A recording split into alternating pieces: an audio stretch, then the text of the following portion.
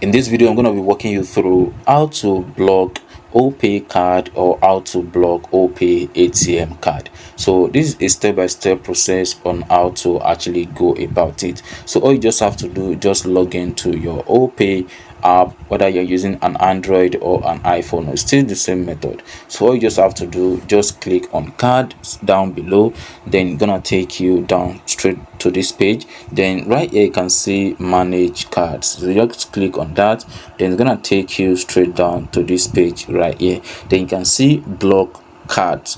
You can see temporarily disable this card. You just click on that, then you can see right here your card blah blah blah.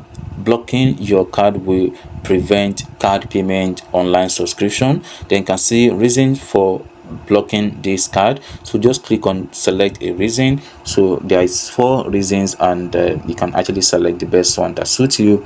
Maybe the card is stolen or lost, maybe it's damaged, or maybe account compromised or others. So just select the best option for you, then click on confirm. So once you click on confirm, then you can actually block the card just like that. And meaning that once you block the card, it doesn't mean that your account or your Opay account will close. It's just your ATM card. So that is all.